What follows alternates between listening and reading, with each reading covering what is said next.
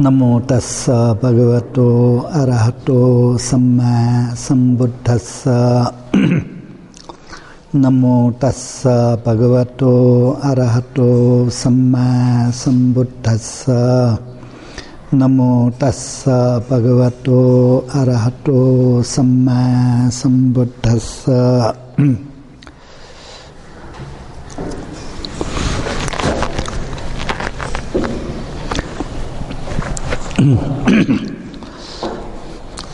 सतिपत्थान ध्यान भावना गर्ने श्रोताहरू सबैलाई म सुनन्द मास्तवीरको मङ्गल कामना छ। आज बुद्ध संवत 2558 तदनुसार विक्रम संवत 2071 साल मंसिर 27 गते शनिबार सप्तमी यस सिद्धार्थ विश्वविद्यालयको कार्यालय शाक्य सिंह विहारमा महास्मृति प्रस्थान सूत्र व्याख्यान गर्दै आएको आज चौथो पटक हो। आजको विषय उद्देश्य घ महास्मृति प्रस्थान सूत्र ध्यान भावना सम्बन्धी भगवान बुद्धका मुख्य उपदेश हो।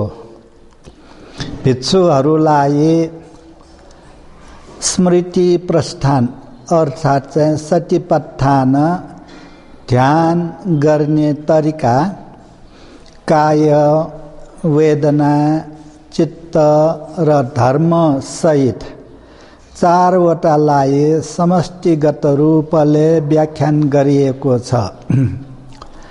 पहिला यहाँ आइरहेको विषय हो कायलाई हेरी ध्यान गर्ने बारे सल्लाह गरिएको हो। काय भनेको शरीर हो, देह हो।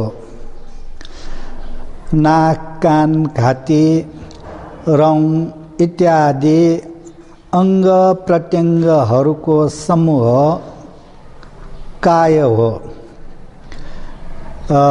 आकार प्रकार भएको जुनसुकै वस्तु शरीरको अंग भागहरू सबैलाई काय भनिने चलन छ।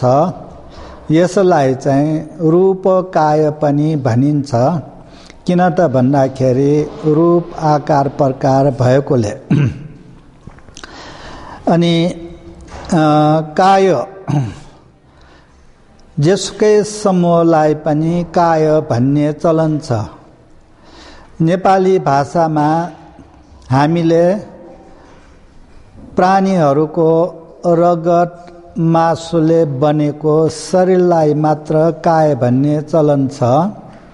तर पाली भाषामा जेसुकै समूहलाई पनि काय भन्ने चलन छ। यो काय भनेको नै शरीर हो।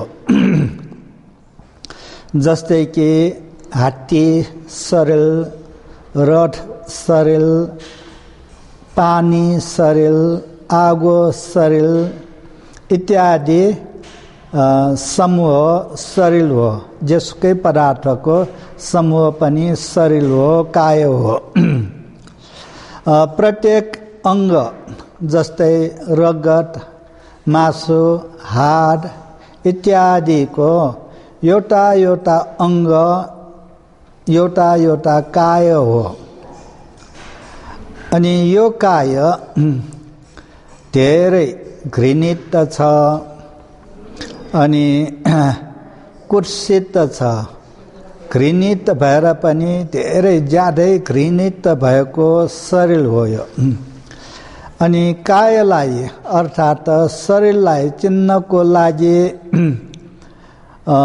अरू केही कल्पना नगरिकन एउटा पदार्थलाई अर्थात एउटा कायलाई हेर्दाखेरि त्यही एउटै कायलाई मात्रै हेर्ने, अरू थोकलाई चाहिँ नहेर्ने, त्यसैलाई मात्रै कन्सन्ट्रेसन गर्ने। एउटा एउटा अङ्गलाई मनले हेरेर बुझेर अलग अलग छुट्याएर गहिराइसँग हेरेर बस्ने यो गरिराखेको कायानुपसना ध्यान गरिराखेको हो। शरीरलाई हेरेर भावना गर्ने, अध्ययन गर्ने, अनुसन्धान गर्ने, अनुशीलन गर्ने, यथार्थ रूपले चिन्नको निम्ति कोसिस गर्नुपर्दछ। यसरी गरिरहेको नै कायानुपसना स्मृति प्रस्थान भावना गरिरहेको हो। अनि यहाँ चाहिँ कायलाई चिन्नको निम्ति हेर्ने,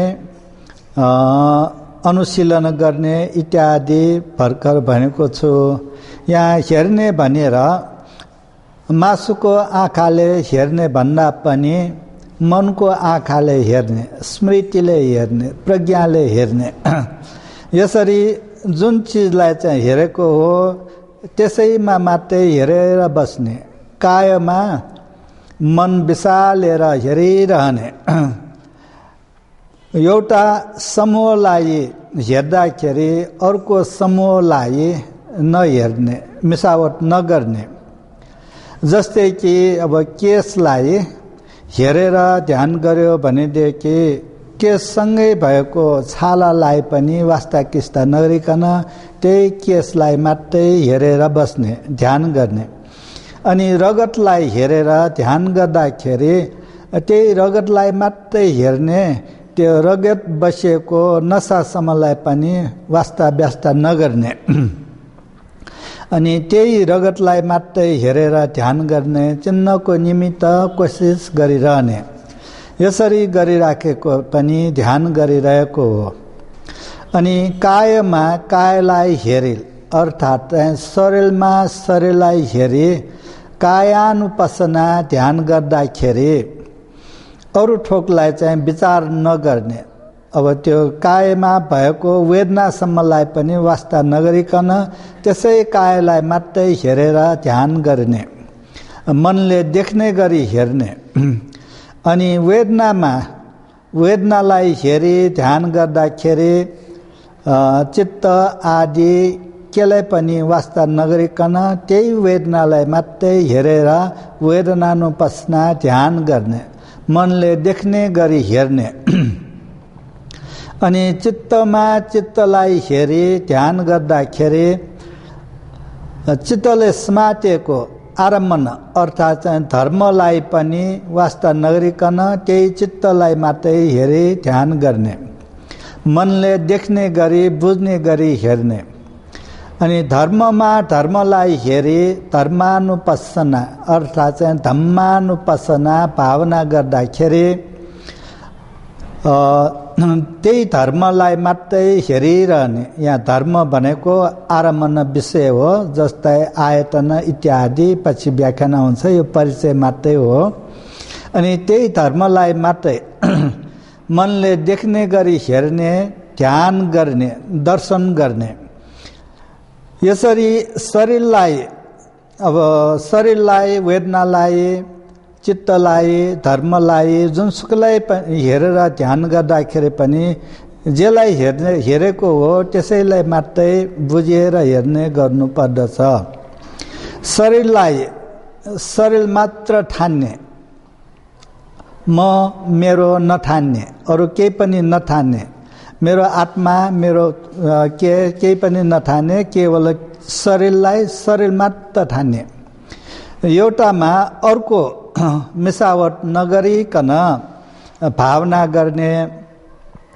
अनि यसो भन्दाखेरि अब कसैलाई यस्तो पनि विचार आउन सक्दछ कि अब शरीरलाई हेर्दाखेरि अब त्यसमा भएको अङ्ग प्रत्यङ्गहरू त देखिहाल्छ नि।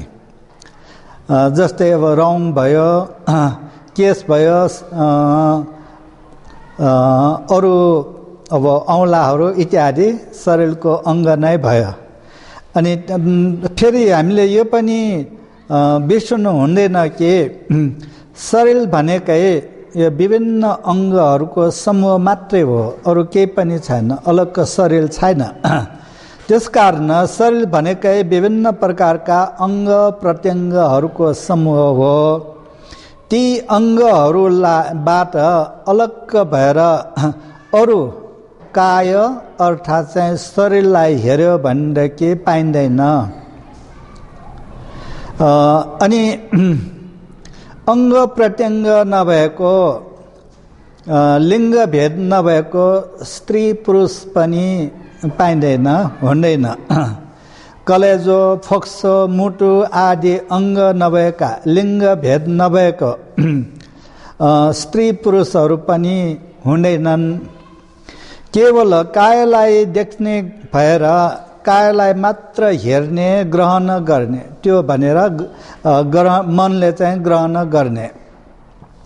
कायमा वेदना आदिलाई चाहिँ मिसावट नगरिकन हेर्ने, हरेक चिजलाई चाहिँ हरेक अङ्गलाई घन भेद गरेर हेर्ने, मनले घन भेद गरेर हेर्ने। यहाँ घन भनेको बाक्लोपन हो। अनि बाक्लोपन हुँदाखेरि त्यसमा चाहिँ भएको चिज पदार्थ यथार्थ रूपमा बुझ्नको लागि गाह्रो हुन्छ। त्यसैले अब मनले बाक्लोपनलाई चाहिँ पातलो गरी, मसिनो गरी, टुक्रा टुक्रा गरी, जस्तै कि यो केस भयो, यो छाला भयो, यो रगत भयो, त्यसो गर्दै जाँदाखेरि त्यो घन भेद गरेको भनिन्छ। यसरी घन भेद गरेर शरीरलाई हेरेर ध्यान गर्नुपर्दछ। त्यसलाई यथार्थ रूपले घन भेद गरेर हेर्दाखेरि यथार्थ रूपले देखिनेछ। नङ शरीरको रौँ आदि उपादान समूह नै शरीर हो, काय हो।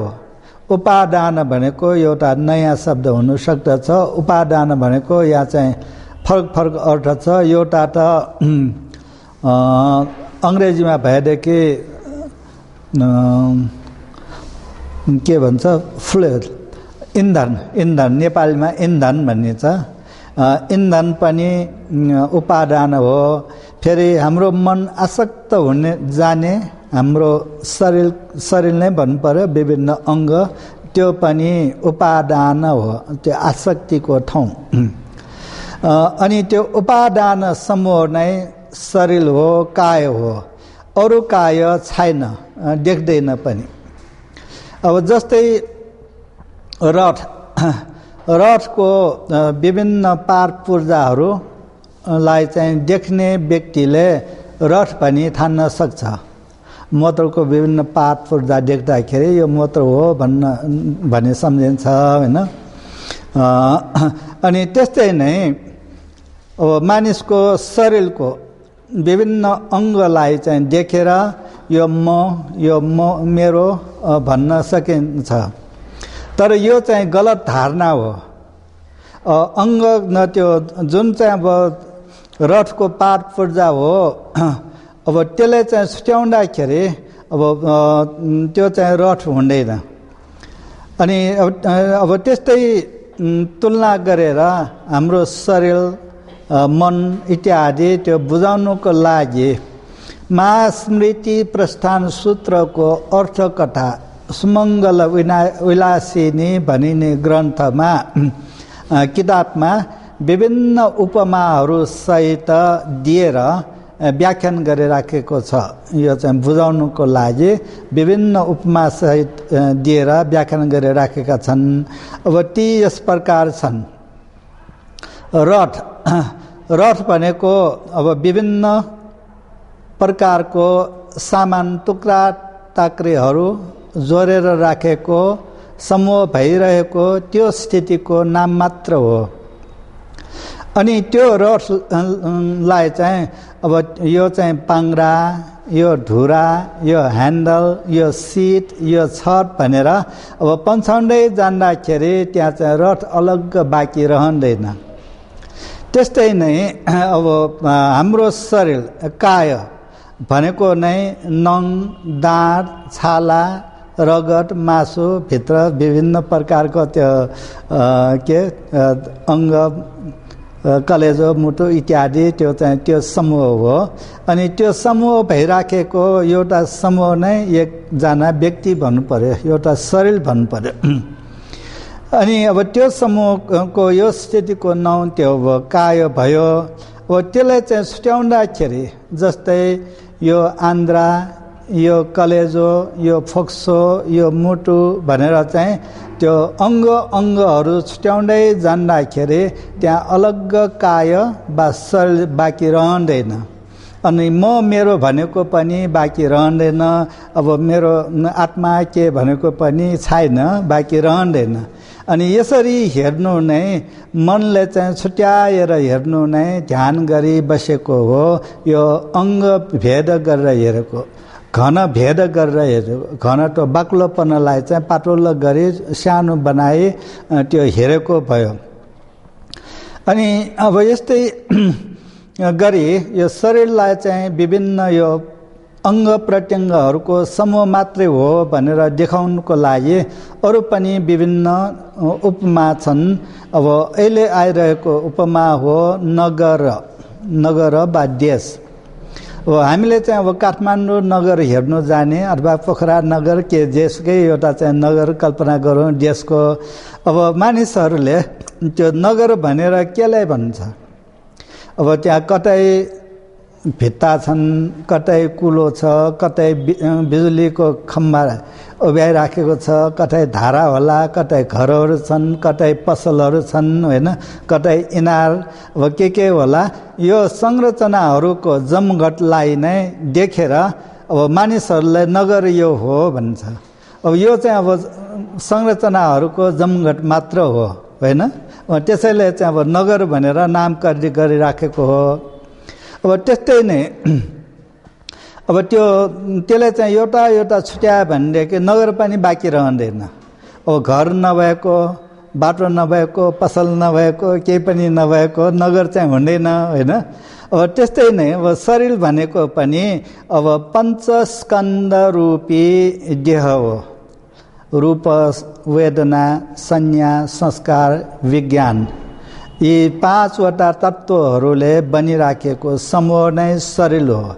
अनि यसले चाहिँ बनेको शरीरमा फेरि विभिन्न 32 प्रकारका कोठासहरू छन्। अब रगत, मासु, छाला इत्यादि भनेर, होइन, पित्त, खकार इत्यादि भनेर अब यो समूहलाई नै हामीले चाहिँ अब मानिसहरूले यसलाई चाहिँ देखेर अब शरीर, मानिस, मेरो भनिराखेका छन्, होइन। तर चाहिँ वास्तवमा अघि भनेको जस्तो त्यो एउटा अङ्गलाई चाहिँ छुट्याउँदै जाँदाखेरि त्यहाँ म पनि बाँकी हुँदैन, मेरो पनि बाँकी हुँदैन। प्राय मानिसहरूले अब हामीले भनौँ न अब व्यवहारमा त मेरो भन्ने चलन छ नि, होइन। अब शरीरमा पनि अब विचार गरौँ, मेरो हात, मेरो खुट्टा, मेरो पेट, मेरो छाती, मेरो टाउको, मेरो विचार, मेरो ज्ञान सबै मेरो भयो। अब म कहाँ रह्यो त? बाँकी छ म, होइन। अब कि एउटा चाहिँ हातलाई चाहिँ म भन्नु पर्यो, कि नाकलाई म भन्नु पर्यो, कि के नि के एउटाले मात्रै म भन्नु पर्यो। अनि त्यसरी छुट्याउँदाखेरि मेरो भनेको केही बाँकी रहँदैन। यो पनि एउटा चाहिँ घन भेद गरेर हेरेको भयो। अनि अज्ञानी मानिसहरूले अन्ध्यारोमा ख्याक छ भनिन्छ। अन्ध्यारोमा ख्याक छ, तर त्यहाँ बत्ती बालेर हेर्दाखेरि, उज्यालो हुँदाखेरि ख्याक चाहिँ छैन। अब त्यस्तै नै अब यो चतुर्माफुटले बनेको शरीरको भित्र आकार प्रकार इत्यादि नबुझ्ने, ध्यान नगर्ने व्यक्तिले चाहिँ आत्मा छ पनि भनिन्छ, भित्र आत्मा छ, के छ भनिन्छ। तर अब त्यो ज्ञान प्राप्त भएपछि हेर्दाखेरि त्यहाँ चाहिँ आत्मा पनि छैन, केही पनि छैन, खालि यो संरचना अङ्ग प्रत्यङ्गहरू मात्रै छन्। अनि आत्मा भाव पनि हराएर जान्छ ज्ञान भएपछि। अज्ञानताको कारणले नभएको चिजलाई पनि छ भन्ठान्छन् मानिसहरूले, नभएको आत्मालाई पनि छ भन्ठान्छन्। अब नभएको अरू ठोकलाई पनि छ भनेर सम्झनु सक्छ। त्यो चाहिँ तर चाहिँ अज्ञानताको कारणले हो। एउटा उदाहरण भनौँ, मानिसहरूले हटपट्टि हेर्दाखेरि केराको बोटमा त्यहाँ चाहिँ सारो ठाड छ। अब केराको बोटमा चाहिँ अब सारो होला त। अब केराको बोटको त्यो सारो ठाडलाई चाहिँ अब लिनु जाउँ त अब हामीले चाहिँ पात चाहिँदैन, कल्पना गरौँ होइन। अब त्यसमा बेरिराखेको पात एउटा एउटा गरेर झिक्दै पठाउँदाखेरि त्यहाँ ठाड पनि रहँदैन होइन। अनि त्यस्तै नै हाम्रो शरीरमा भएको सबै थोकलाई चाहिँ अब बिस्तारै सम्पूर्ण ज्ञानले चाहिँ हेर्दै जाँदाखेरि यो केवल संस्कारहरूको समूह मात्रै हो। अनि प्रत्यय मात्रै प्रत्ययहरूको जम्मा मात्रै भयो। त्यो जम्मा हुन आउँछ, केही छिन बस्छ, फुटेर जान्छ, चेन्ज गर्छ इत्यादि। अनि यो बुझ्नु नै एउटा चाहिँ सतिपट्ठानको एउटा चाहिँ भाग हो।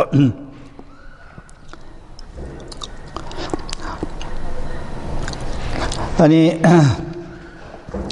केराको बोटमा त्यो सारो ठाड नभएको जस्तो मानिसमा पनि म मेरो भनेको रहँदैन। त्यो भाग गर्दै जाँदाखेरि यस्तो अस्तित्व नभएको स्वामित्व विहीन रिक्त तुच्छ भएकोलाई नै अनात्मा भनिएको हो। अनात्मा असुरक्षित, केही पनि छैन, तुच्छ।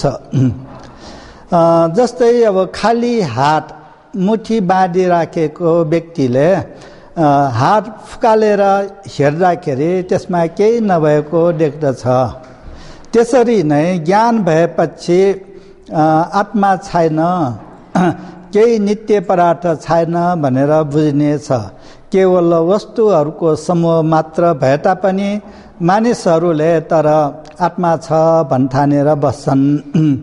मनमा गलत धारणा समातिरहे मानिसहरूले, अनि गलत इच्छा गरिरहे, गलत पदार्थमा झुकाव गरिरहे, त्यसैमा आसक्त भइरहे। अनि त्यसकारण अब पुरानाहरूले भनेका छन्,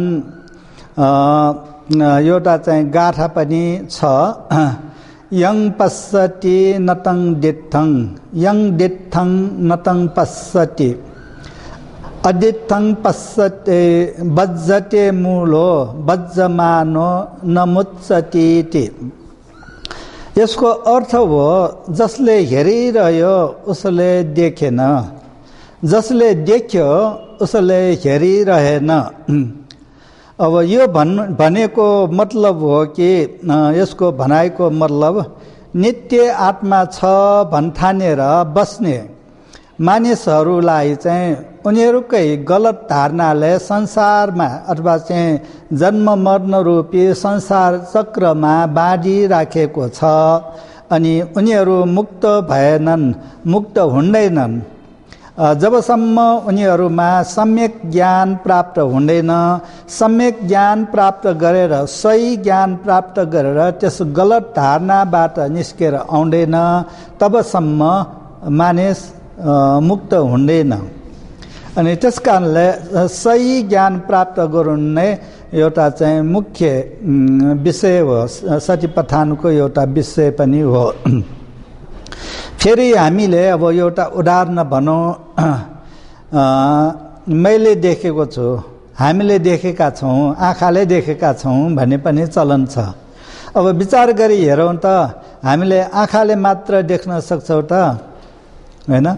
अब हामीमा जुन चाहिँ प्रवृत्त भइरहेको, सञ्चालन भइरहेको संज्ञा छ भनेदेखि हामीले चाहिँ आँखाले पनि देख्छौँ। यदि संज्ञा छैन भनेदेखि आँखाले पनि देख्न सक्दैन।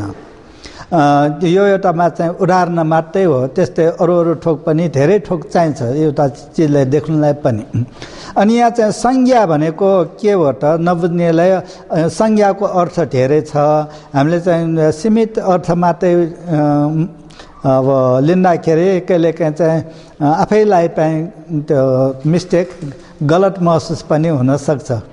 यहाँ चाहिँ अब संज्ञा भनेको बाहिर पदार्थको ज्ञान हो।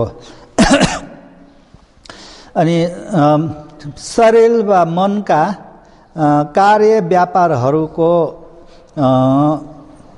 अनुभव हुने शक्ति हो, चेतना शक्ति हो, होश हो, ज्ञान हो। अब यो होस भन्दाखेरि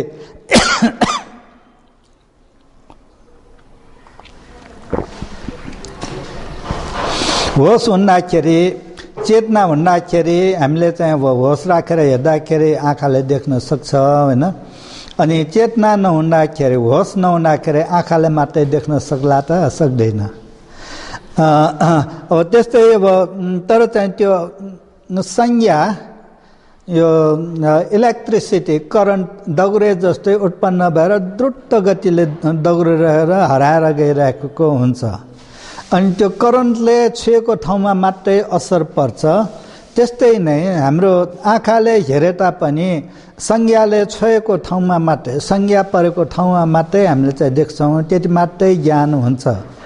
अर्को उदाहरण बाटोमा मोटर चलाउँदाखेरि पाङ्राको एउटा टुप्पाले मात्रै त्यहाँ चाहिँ अब छुएर जान्छ बाटोमा। अनि त्यो जहाँ चाहिँ पाङ्राले चाहिँ छुएको हो त्यहाँ मात्रै धर्सो हुन्छ होइन, अरू ठाउँमा धर्सो हुँदैन।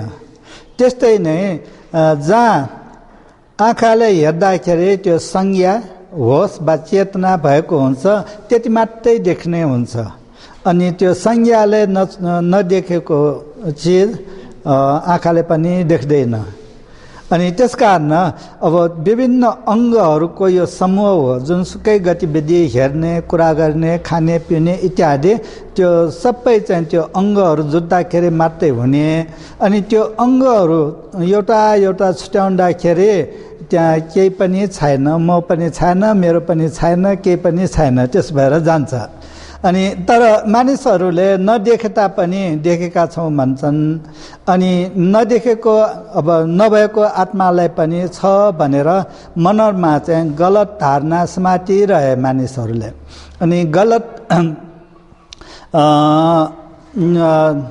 ज्ञान उनीहरूसँग चाहिँ अब सही ज्ञान भएन, त्यस कारण चाहिँ मुक्त नभएको हो। अब सही ज्ञान भएपछि मात्रै मानिस चाहिँ मुक्त हुन्छ। अब अर्को कुरा हेरौँ, हामी चाहिँ अब कतिको अज्ञानी भएर बसेका छौँ। अब मानिसहरूले सुख छ भन्छन् होइन, सुख छ। अनि राम्रो चिज के ब्युटी शुभ भन्छ पाली भाषामा, शुभ पनि छ।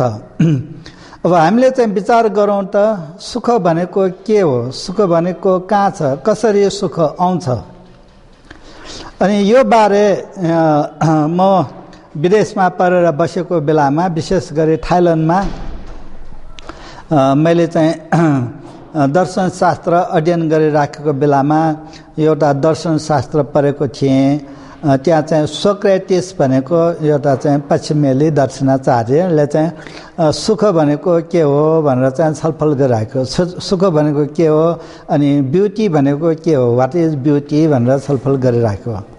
अनि अब यसो हामीले हेरौँ त सुख भनेको के हो, सुख छ त भन्छौँ होइन, तर सुख भनेको के हो अनि के गर्दाखेरि सुख प्राप्त हुन्छ। जात्रा हेर्दाखेरि सुख हुने हो कि, विवाह लग्ने स्वास्थ्य विवाह गर्दाखेरि सुख हुने हो कि होइन, अनि खाँदाखेरि सुख हुने हो कि।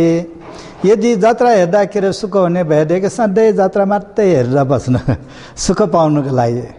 अनि विवाह गर्दाखेरि सुख हुने भएदेखि सधैँ बिहा मात्रै गरेर बस्नु। अनि खाँदाखेरि सुख हुने भएदेखि सधैँ खाएर मात्रै बस्ने सुख पाउनुको लागि। तर रहिरहने तृप्त सुख हुने कतै पनि पाइँदैन। एकछिन सुख जस्तो लाग्छ, फेरि त्यहीँबाट दुःख उत्पन्न भएर आउँछ, अनि परिवर्तन हुन्छ, फेरि चाहिँ अर्कै चिज हुन्छ। त्यसकारण स्थायी सुख पनि छैन। अनि सोक्रेटिसको विचार अनुसार सुख भनेको सधैँ रहिरहनु पर्छ, सुख भनेर यो भनेर देखाउनु सक्ने गरी सबैले चाहिँ महसुस हुने गरी हुनुपर्छ भनेर उसले चाहिँ धेरै अन्वेषण गरेको, तर चाहिँ पत्ता लागेन। त्यस्तै अब ब्युटी अथवा चाहिँ शुभ भनेको के हो भनेर मानिसहरूले शुभ भनेको केलाई भन्छ। अब नभए तापनि छ भनेर बस्छन्। कसैले फुललाई चाहिँ राम्रो भन्छ होइन, फुल राम्रो, कसैले त्यो होइन चौर राम्रो नि, ठुलो चौर होइन। कसैले फेरि अर्कै चिज चाहिँ राम्रो भन्छ। अनि त्यसकारण अब राम्रो भनेको पनि अब व्यक्ति पछि फरक भएर गयो। अनि त्यसकारण राम्रो भनेको सबैलाई त्यस्तै हुनुपर्छ, सधैँ रहिरहनुपर्छ भनेको उसको आइडिया पनि हो। तर चाहिँ सधैँ रहिरहने, सबैलाई चाहिँ एउटै हुने त्यो राम्रो अथवा चाहिँ ब्युटी पनि छैन। अनि त्यसकारण मानिसहरूले आँखाले देखेर पनि सही ज्ञान पाउन गाह्रो छ। कहिलेकाहीँ सचेत भएन, स्मृति सम्प्रजन्य भएन भन्ने कि आँखाले देखेर पनि सही ज्ञान पाउँदैन, छोएर पनि सही ज्ञान पाउँदैन, सुँगेर पनि सही ज्ञान पाउँदैन। यो उदाहरणहरू धेरै छन्, हामीले साइकोलोजी अध्ययन गर्दाखेरि पनि गर्नुपर्दछ। अब एउटा चाहिँ अब उदाहरण भनौँ, शरीरले छुएर पनि सही ज्ञान पाउन यही हो भन्नु चाहिँ नसक्ने स्थिति आउन सक्छ। अब साइकोलोजीमा बताइराखेको छ, अब जाडो बेलामा 2-3 भाँडामा पानी राख्ने, एउटामा चाहिँ न्यानो पानी राख्ने, अर्कोमा चाहिँ चिसो पानी राख्ने, अनि हात अब बाहिरबाट आएको दुवै चिसो भयो, अब दुईतिर चाहिँ हाल्ने। अनि हाल्दाखेरि यो चिसो भएको हात तातो पानीमा राख्दाखेरि एकदम न्यानो गरम जस्तो चाहिँ लाग्छ। यो चिसोको चिसै हुन्छ होइन। अनि त्यो दुईटै हात एकैचोटि लिएर त्यो फेरि चाहिँ चिसो पानीमा राख्दाखेरि त्यो न्यानो भएको हात चिसो र भएर जान्छ। अनि त्यो चिसो चाहिँ अब चिसो बराबर नै हुन्छ। अब एउटै पानीमा दुईटा हात राख्दाखेरि पनि दुईटा फरक अनुभव हुन्छ। अनि अब त्यस्तै अब आँखाले हेरेकोमा पनि सही ज्ञान नपाउनु पनि सक्दछ। अब जस्तै एउटा चाहिँ उदाहरण, धेरै गर्मी महिनामा धेरै चर्को घाम लागिरहेको बेलामा सिमन्तीको बाटोमा हेर्दाखेरि, टाढाबाट हेर्दाखेरि त्यहाँ पानी जस्तो तल तल्किराखेको हुन्छ। तर चाहिँ त्यहाँ अगाडि जाँदाखेरि त्यो पानी त्यहाँ हुँदैन, फेरि पर गएर तल तल्किराखेको हुन्छ। कहिलेकाहीँ चाहिँ खेतमा पनि देखिन्छ टाढाबाट। अनि यसलाई चाहिँ पाली भाषामा मरिची भन्ने चलन छ। हाम्रो नेपाली भाषामा मृगजल किन त भन्दाखेरि मृगहरूले त्यसलाई चाहिँ साँच्चैको पानी नै भन्ठान्छ। अब गरम बेलामा पानी पिउन इच्छा भइरहन्छ, पानी यसो हेर उतातिर पानी तल तल्किराखेको हुन्छ। अनि मृग त्यहाँ गएर पानी पिउँछु भनेर इच्छा गरेर त्यहाँ जान्छ, त्यहाँ पानी छैन। अनि फेरि टाढो फेरि तल तल्किराखेको हुन्छ। अनि त्यहाँ होला पानी, यहाँ छैन, त्यहाँ गयो त्यहाँ पनि पानी छैन। अब त्यसरी चाहिँ अब नभएको पानीलाई चाहिँ पानी भन्ठानेर, नभएको पानीलाई चाहिँ पानी छ भन्ठानेर पिउने इच्छा र उद्देश्य गरेर मृग दौडादौड हुँदै उसलाई दुःख भयो होइन, पानी पाएन, दुःख मात्रै भयो।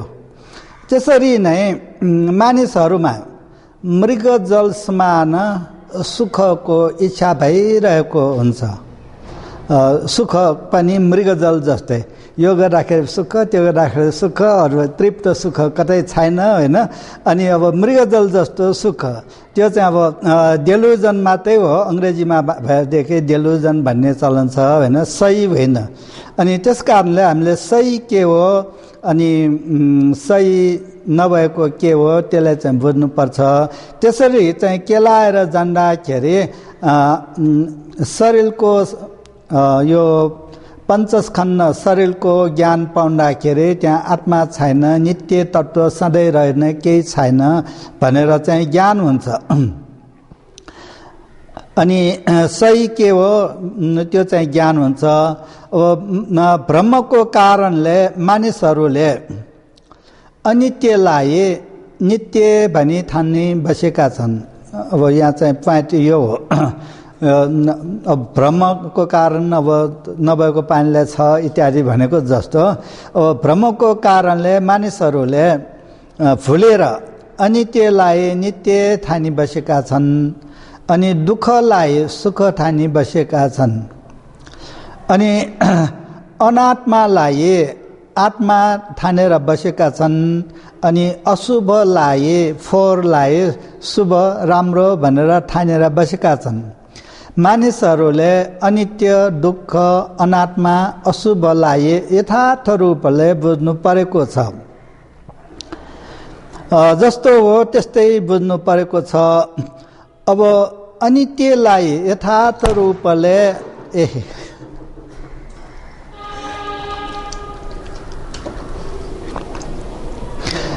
अनित्यलाई मानिसहरूले अनित्य दुःख अनात्मा अशुभलाई यथार्थ रूपले बुझ्नु परेको छ। अनि मानिसले अनित्यलाई देख्दाखेरि बुझ्दाखेरि नित्य भन्ने धारणा जुन चाहिँ पहिला स्मार्टी राखेको हुन्छ त्यसलाई चाहिँ छोडिदिन्छ। मैले नित्य भनेको यो त होइन रहेछ, आफैले चाहिँ अनुभव भएर आउँछ अनि त्यसलाई चाहिँ नित्य भन्ने धारणा छोड्छ।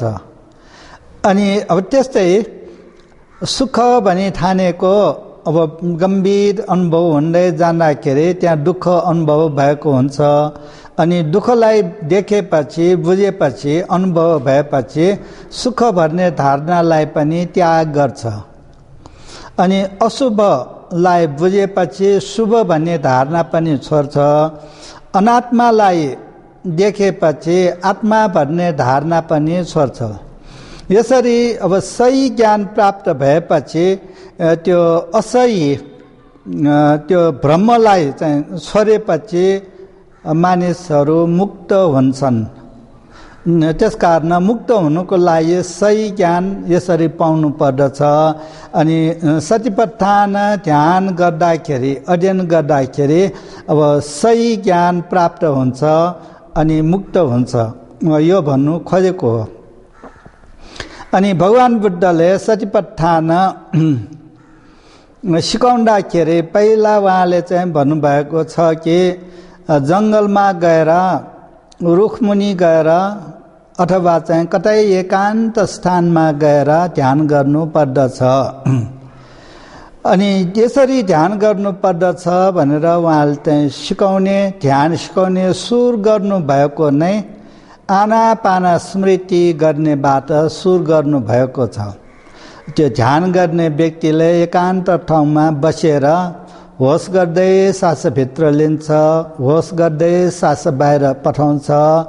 अनि लामो सास लिइरहँदा लामो सास लिइरहेको छु, छोटो सास लिइरहँदा अथवा विभिन्न प्रकारका सासहरू छन्। अब जस्तो जस्तो सास छ त्यस्तो त्यसलाई चाहिँ बुझेर ध्यान गर्ने भनेर सिकाउनु भएको नै यो महास्मृति प्रस्थानको पहिलो पाठ हो, ध्यान गर्ने पहिलो हो, कायानुपसनाको पहिलो अङ्ग पनि हो। अनि त्यसकारण भगवान बुद्धले पहिला कायानुपसना शरीरलाई हेरेर ध्यान गर्ने भनेर आनापाना स्मृतिलाई हेरेर ध्यान गर्नेदेखि सिकाउनु भए। यो शरीर सधैँ उस्तै रहँदैन, परिवर्तन भएर जान्छ, बुढो हुन्छ, बुढी हुन्छ, रोग हुन्छ, मर्छ, कुहेर जान्छ। अनि कुहेर पनि अब मकिएर धुलो धुलो भएर अब हामीमा भएको हड्डी हाडहरू पनि सबै पिठो जस्तो चूर्ण चूर्ण भएर हराएर जान्छ भनेर यो सबैलाई चाहिँ अब बुझेर बस्नु नै कायानुपसना ध्यान गरेर बस्नु हो। अनि यसरी भगवान बुद्धले कायानुपसना स्मृति प्रस्थान भनेर 14 प्रकारको ध्यान सिकाइराख्नु भएको छ। आनापाना स्मृतिदेखि लिएर हाम्रो हड्डी पनि त्यो मकिएर खिएर हराएर जाने त्यहाँसम्मलाई चाहिँ यो कायानुपसना सतिपट्ठान हो भनेर सिकाइराख्नु भएको छ। यो अलग अलग लेसन पछि आउँछ, जम्मा 14 प्रकारको कायानुपसना छ। यो सबै अनित्य हो, दुःख हो, अनात्मा हो। यसमा म पनि छैन, मेरो पनि छैन, मेरो भन्ने केही पनि छैन। यसलाई चाहिँ बुझ्नु पर्दछ। अनि यसलाई बुझ्नुको लागि योग गर्नु पर्दछ, ध्यान गर्नु पर्दछ। अनि ध्यान गर्नुको लागि अघि भनेको जस्तो एकान्त ठाउँमा बसेर गर्नुपर्दछ। अनि अब ध्यान सिकाउने प्रसङ्गमा भगवान बुद्धले चाहिँ विहरति भन्ने शब्द पनि बराबर प्रयोग गर्नुभएको छ, विहरति। अनि ध्यान गरेर बसिरह्यो भन्नुलाई चाहिँ विहरति भन्नु खोजेको हो। अनि विहरति भनेको पाली भाषा भयो, हाम्रो भाषामा भएदेखि बसिरह्यो भनेको जस्तो अर्थ हुन्छ।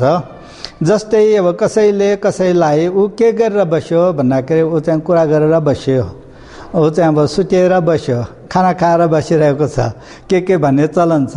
त्यो बसिरह्यो भनेको नै त्यो विहरति हो।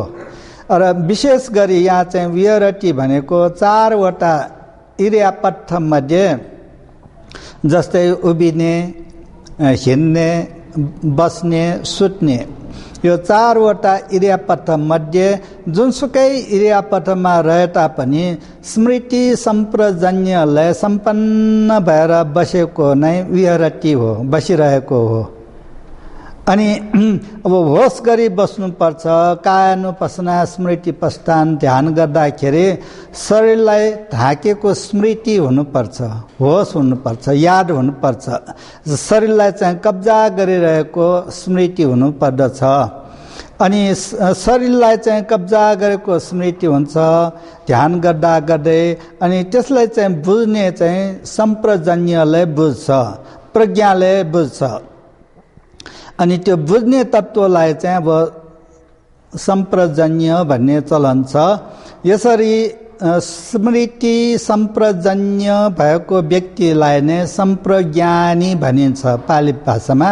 अब सम्प्रजन्य भयो, अब हाम्रो भाषामा सम्प्रज्ञानी। अब स्मृतिले आरम्भनलाई स्मार्छ अनि सम्प्रजन्यलाई देख्छ, बुझ्छ। यसरी स्मृतिले याद गर्छ, सम्प्रजन्यले बुझ्छ। स्मृतिको विकास हुँदाखेरि ध्यान वृद्धि हुन्छ। अनि सम्प्रजन्यको विकास हुँदाखेरि विपस्सना प्रज्ञा वृद्धि हुन्छ। अनि स्मृति र सम्प्रजन्य दुवै सम्पन्न हुँदाखेरि, पुरा हुँदाखेरि निर्वाण नै प्राप्त हुन्छ, मुक्त हुन्छ। अनि यसरी ध्यान गरेर बसेको पनि विहरति नै हो। अब फेरि भन्नुपर्दा स्मृतिले सम्झने, स्मरण गर्ने गर्छ।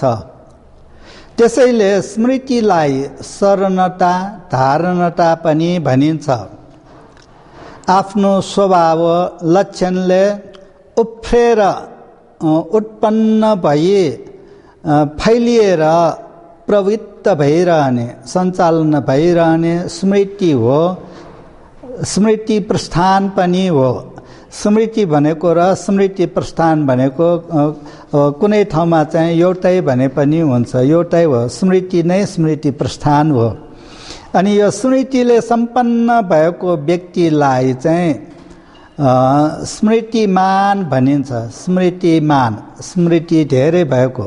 जस्तै हाम्रो समाजमा धन धेरै भएको व्यक्तिलाई चाहिँ धनी, धनवान भन्ने चलन छ। त्यस्तै स्मृति धेरै भएको, ध्यान धेरै भएको व्यक्तिलाई चाहिँ स्मृतिमान भनिन्छ।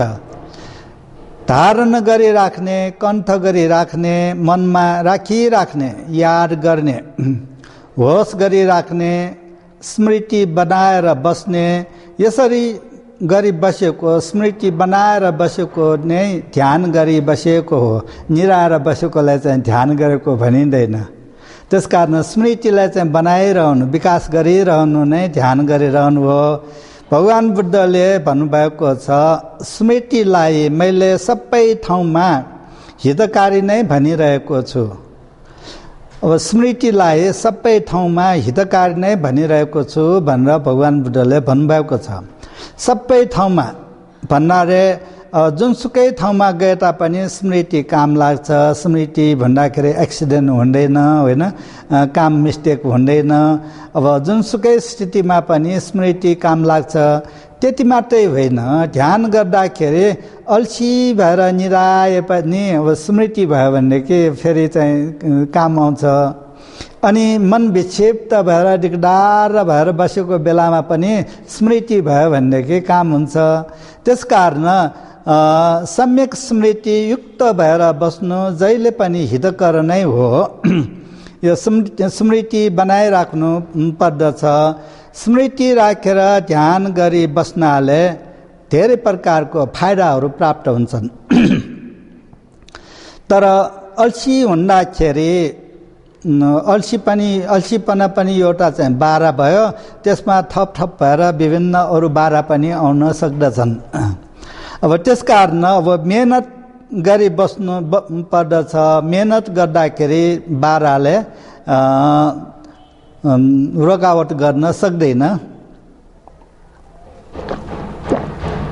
अब यहाँसम्म जुन मैले चाहिँ बताएको हो त्यो ध्यान गर्ने तरिका अलिकति भयो। अनि स्मृति सम्प्रजन्य सम्बन्धीको अलिकति व्याख्यान हो, यो परिचय हो। अब अलिकति मैले चाहिँ यहाँ चाहिँ छोड्नुपर्ने कुरालाई अलिकति बताउँछु। अनि त्यसको सँगसँगै अब अनुपासना, आतापी इत्यादि पनि अब बताउँदै जाउँला। अब मुख्यतया हामीले छोड्नुपर्ने के हो त? भगवान बुद्धले ठाउँ भनिराख्नु भएको छ, लोभ र दौर मनुष्यलाई चाहिँ हटाएर बिहार गर्नुपर्छ, बिहार गरी बस्नु पर्दछ। अब लोभ भनेको राग पनि हो। अनि दौर मनुष्य भनेको मनको खिन्नता, दिगदार इत्यादि अर्थ छ। म अलिकति पछि पनि दिउँला। अनि यो यी दुईटालाई चाहिँ हटाएर बस्नु, ध्यान गरेर बस्नु हो। अनि बुझ्ने मानिसहरूले यो लोभको र दौर मनुष्यको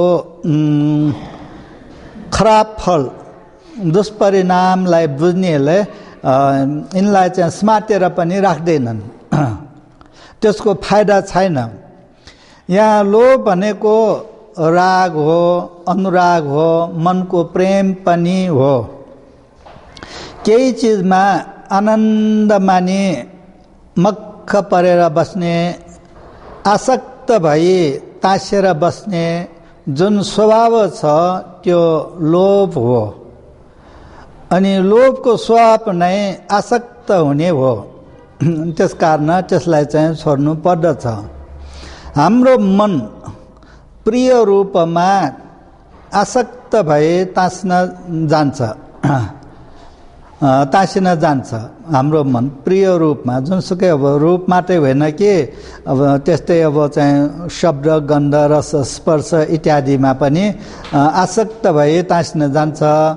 त्यस्तै नै प्रिय वेदना, संज्ञा, संस्कार, विज्ञानमा पनि मन आसक्त भए तासिन जान्छ। लोभको कारण काम तृष्णा उत्पन्न हुन्छ। अनि दौर मनुष्यको अर्थात् चाहिँ खिन्नताको कारण द्वेष उत्पन्न हुन्छ। अनि लोभ र द्वेषलाई हटाउँदाखेरि मुख्य ठुला दुईटा निवरणहरू, बाधाहरूलाई चाहिँ हटाइसकेको हुन्छ। लोभलाई हटाउँदाखेरि मन हलुक्का हुन्छ। द्वेषलाई हटाउँदाखेरि मन हलुक्का हुन्छ। मोहलाई हटाउँदाखेरि मन हलुक्का हुन्छ। मानसिक पीडाहरूलाई चाहिँ हटाउँदाखेरि मन हलुक्का हुन्छ। यो विभिन्न प्रकारको क्लेशहरूलाई हटाउँदाखेरि मन हलुक्का हुन्छ। भगवान बुद्धले ढुङ्गाको उपमा दिइराख्नु भएको छ। ढुङ्गामा, समुद्रमा ढुङ्गा लाँदाखेरि त्यसमा चाहिँ पानी पसेर अब ढुङ्गा झन्झन गरौँ भएर आउनु सक्छ। अनि त्यो पानीलाई चाहिँ उभाइ फ्याँकिरहँदाखेरि ढुङ्गा हल्का भएर सञ्चालन भइरहन्छ। त्यसरी नै मानिसमा भएको लोभ, द्वेष, मोहलाई चाहिँ हटाएर बस्नु पर्दछ। यसरी हटाएर बस्नु नै ध्यान गरी बस्नु हो। मुख्यतया लोभ र द्वेष यो दुईटालाई हटाउँदाखेरि मानिस अथवा चाहिँ साधक अनागामी हुन्छन्। लोभ र द्वेष दुईटालाई हटाउँदाखेरि अनागामी हुन्छ। ध्यानकर्ताले ध्यानको प्रतापद्वारा आफूमा क्षमता विकास गर्छ, क्षमतालाई प्रकाश गर्ने हुन्छ। लोभ र दाउर मनुष्यलाई हटाउनु पोखरीमा त्यो पानीमाथि रहेको फोहोर, त्यो लेडो भनिन्छ नि, त्यो लेडोलाई हटाउनु जस्तो हो। अब हामीले चाहिँ त्यो लेडोलाई चाहिँ बिस्तारै प्राय पोखरी कहाँ पहिला त धेरै थियो नि, त्यहाँ हटाउँदाखेरि भित्र चाहिँ निर्मल पानी देखा पर्दछ, माथि चाहिँ त्यो लेडोले छोपिराखेको हुन्छ। फेरि त्यो हटाएन भनेदेखि एकछिनमा फेरि बिस्तारै स्वप्न नै आउँछ। अब त्यस्तै अब मानिसको मनलाई चाहिँ लोभ र द्वेषले चाहिँ अब निरन्तर छोपिरहने, छनछनमा त्यो हामीले चाहिँ हटाएर पनि फेरि आउन सक्छ। अनि लोभ र द्वेषलाई हटाउँदाखेरि स्वच्छ निर्मल मन प्राप्त हुन्छ अनि मुक्ति पर प्राप्त गर्न सकिन्छ। मुख्यतया भगवान बुद्धले चाहिँ अविद्या दोमनस्स यो दुईटालाई चाहिँ हटाउनु पर्छ भनेर चाहिँ बराबर भन्नुभएको छ। अविद्या दोमनस्स, अविद्या भनेको चाहिँ लोभ हो, बलियो लोभ, छोडेर छोड्नै नसक्ने लोभ हो, राग पनि हो। अनि दोमनस्स भनेको दाउर मनुष्य हो, खिन्नता हो, उदासीनता, अस्वीकार्यपन, मानसिक पीडा हो। मनको स्पर्शद्वारा उत्पन्न भएको असजिलोपन, दुःख वेदना त्यो दोमनस्स हो। अनि अलिकति यहाँ चाहिँ फेरि फर्केर आएर अविद्या को अलिकति म स्पष्ट पार्न चाहन्छु। अविद्या र अविद्या अलि मात्रै फरक छ। अब उच्चारण गर्दाखेरि कसैले त्यही हो कि भन्न पनि सक्दछ, जस्तै कि अविद्या र अविद्या। अनि अविद्या भन्नाले विद्या होइन, ज्ञान होइन, अज्ञानता हो, ज्ञान नभएको स्थिति हो। तर अविद्या भन्नाले हाम्रो भाषामा वा संस्कृति भाषामा अविद्या हो। अविद्या भनेको बलियो लोभ भयो। अनि अविद्या भनेको हाम्रो भाषामा अविद्या र अविद्या, अविद्या ज्ञान नभएको अज्ञानता भयो, अविद्या बलियो लोभ, कसिलो लोभ हो। अनि लोभको स्वभाव हो आफ्नो बनाउनु खोज्ने, अंगीकार गर्नु खोज्ने, लोभको स्वभाव हो। अनुरोध गर्नु खोज्ने, अनुरोध गर्ने लोभको स्वभाव हो। अनि लोभले चाहिँ आँखाले देख्दैन, फोहोर भएको शरीरलाई पनि अब राम्रै ठान्छ, आफ्नै बनाउनु खोज्छ, अंगीकार गर्छ। अनि द्वेषको स्वभाव हो हटाउने, बिगार्ने। अनि अब त्यो फोहोर चिज शरीरमा भएको देख्दाखेरि पनि अब उसलाई चाहिँ अब द्वेष नै उत्पन्न हुन्छ होइन।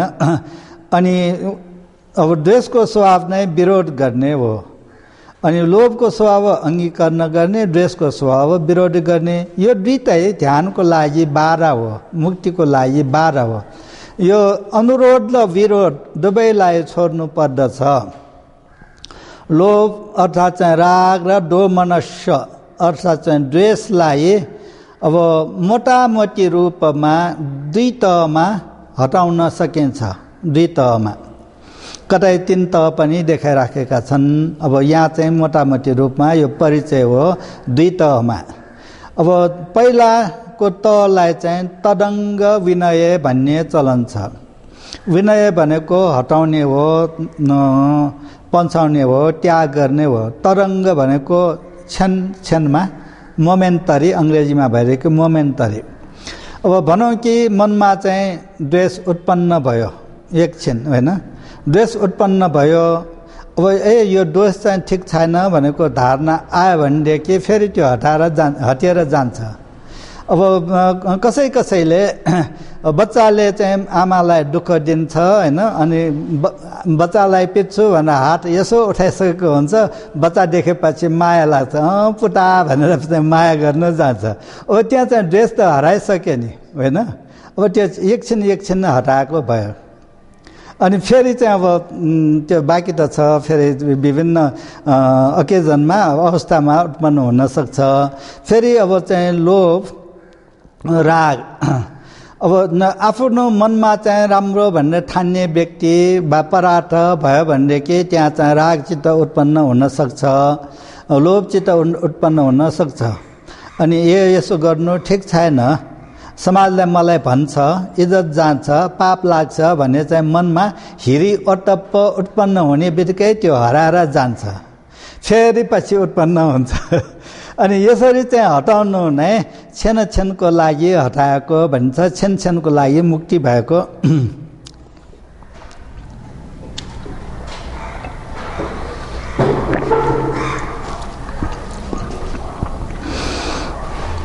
अनि अर्को त लामो समयसम्म हटाउने।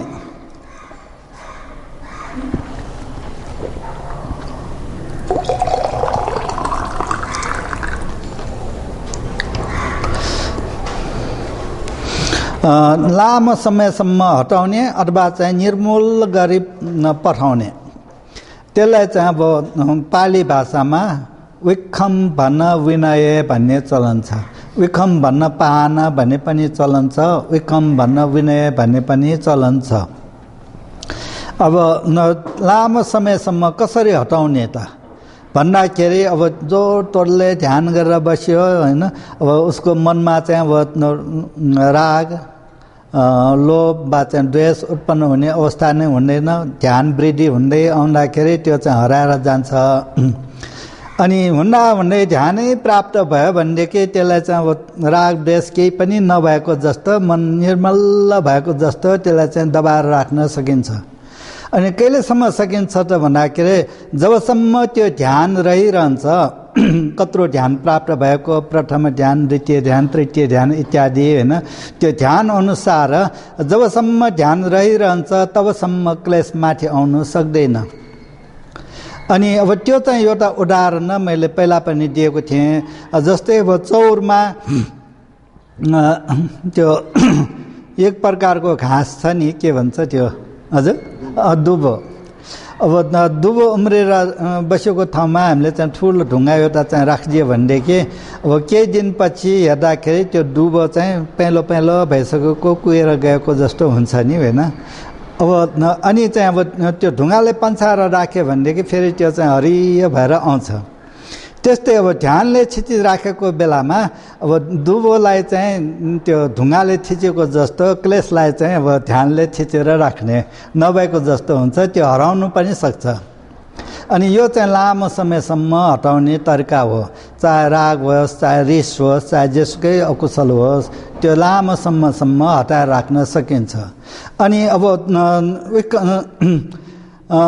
विकम भन्न पान भनेको तर चाहिँ हटाउने मात्रै होइन, यो चाहिँ अर्को अर्थ हो, त्यसैको एउटा अर्थ हो पुरा रूपमा निर्मूल गरी पठाउने, पुरा मुक्ति नै प्राप्त गर्ने, यो पनि विकम भन्न पाहन हो। यसरी अब लोभ द्वेष अर्थात् चाहिँ क्लेशहरूलाई चाहिँ दुई तहमा गरेर हटाउन सकिन्छ। सधैँको लागि वा एक क्षणको लागि वा लामो समयको लागि, लामो समय वा चाहिँ सधैँको लागि त्यो चाहिँ उखम्बन पाहन भयो। अनि एक क्षणको लागि चाहिँ तदङ्ग पाहन भयो। त्यसरी हटाउन सकिन्छ। अनि भगवान बुद्धले महास्मृति प्रस्थान सूत्र देशना गर्नुभएकोमा लोकमा लोभ र दाउर मनुष्यलाई हटाएर बस्नुपर्छ भनेर चाहिँ बराबर भन्नुभएको छ।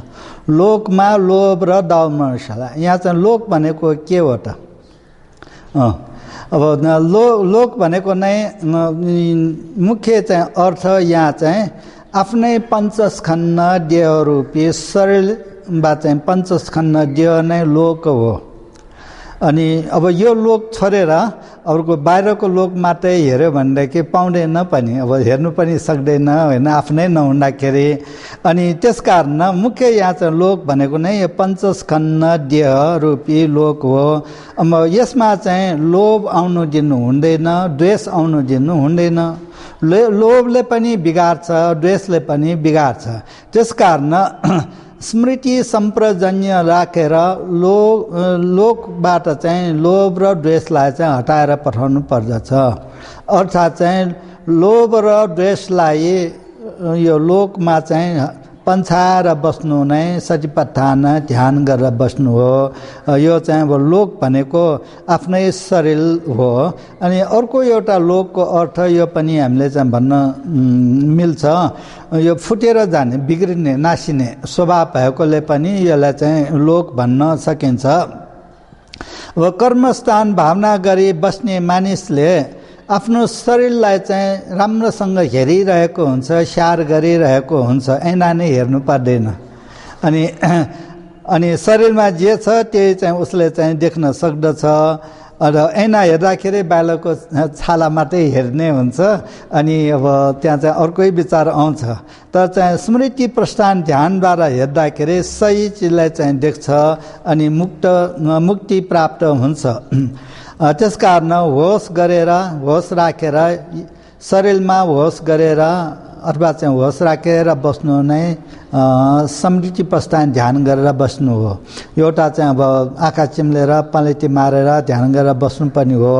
अर्को अब कुनै ठाउँमा गएर अब चाहिँ एकान्त जस्तो पैसनमा बसे तापनि शरीरलाई चाहिँ मनन गरेर विचार गरेर बस्नु, यो पनि ध्यान गरिरहनु नै हो।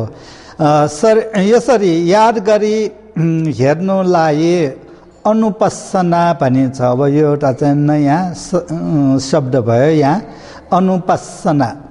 ध्यान गरिरहनु एउटा प्रकारको अनुपस्सना पनि हो। अनुपस्सनापन भनेको ध्यान पनि हो, ज्ञान पनि हो, हेर्नु पनि हो, धेरै अर्थ छ यसको लागि। अब शरीर अर्थात् चाहिँ ध्यानको विषयलाई स्पष्टसँग देख्ने गरी हेर्ने, ध्यान गर्ने अनुपस्सना हो। अब मनको आँखाले हेर्ने, प्रज्ञाले हेर्ने, यो चाहिँ अनुपस्सना हो। अनुपस्सनाको अर्को अर्थ खोजी गर्ने, जाँच गर्ने, शरीरलाई जाँच गर्ने, के हो कस्तो छ त्यो चाहिँ हेर्ने, एउटा एउटा चिजलाई खोजी गर्ने, जाँच गर्ने, अन्वेषण गर्ने, मनन चिन्तन मनन गर्ने, अनुसन्धान गर्ने, एउटा एउटा छुट्टाछुट हुने गरी हेर्ने, चिन्ने, यो प्रयास गरिरहेको नै सबै अनुपस्सना हो। यो सबै नै अनुपस्सना। यसरी हेर्ने क्षमता, कुशलता पनि अनुपस्सना हो। अनुपस्सना अर्थ धेरै छन्। अब भिक्षुले अथवा चाहिँ साधकले आफूमा पाण्डित्य, जानेकोपना, निपुणता बनाएर शरीर वा अन्य शरीर पनि एउटा ध्यानको विषय भयो, अथवा त्यो होइन अरू अन्य ध्यान विषयलाई हेर्ने, चिन्ने गर्छ। यसरी हेर्ने क्षमतालाई ज्ञानेन्द्रिय पनि भनिन्छ, ज्ञान बल पनि भनिन्छ।